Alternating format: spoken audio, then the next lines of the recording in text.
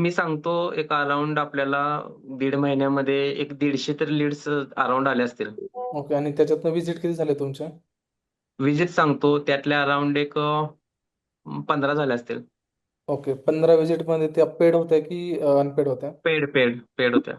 Okay. म्हणजे मी business बद्दल बोलायचं झालं ना सांगतो की मला माहिती आहे ऍव्हरेज मी मंथली किती करतो. हम्म, हम्म, हा तर माझं 60,000 पर्यंत जातं ऍव्हरेज. हम्म, हम्म, मागच्या महिन्यात आपण चालू केलं ना तर मागच्या महिन्याचा ऍव्हरेज आहे तो 19,000 आलाय म्हणजे 30,000 इन्क्रीज आहे. डायमंड क्लबला मी फर्स्ट मीटिंग मध्ये ती 3 डेजचं तुमचं जे होतं ना कॅम्प बूट हम्म, कॅम्प ते ऐकलेच मी केलं होतं. कारण रिझन असं आहे की माझ्याकडे सर वेळ नाही आहे हम्म. फ्रँकली किंवा मी सगळ्या गोष्टी नाही करू शकत.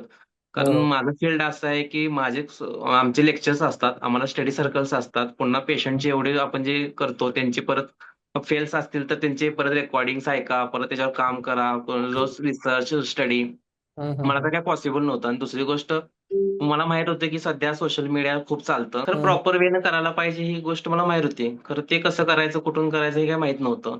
मग तुमचे हम्म, ते 2-3 ऐकल्यानंतर मला कळलं ना.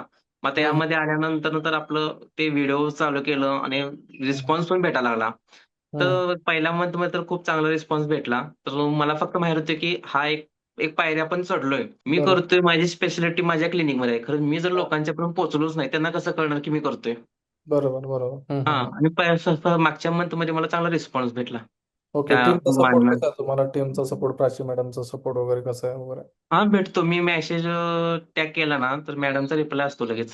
ओके. आणि एक तुमची बिझनेसची ग्रोथ एक साधारणतः म्हणजे कशी झालेली आहे? डायमंड क्लब आल्यापासून एक फायदा झाला तुम्हाला त्याचा?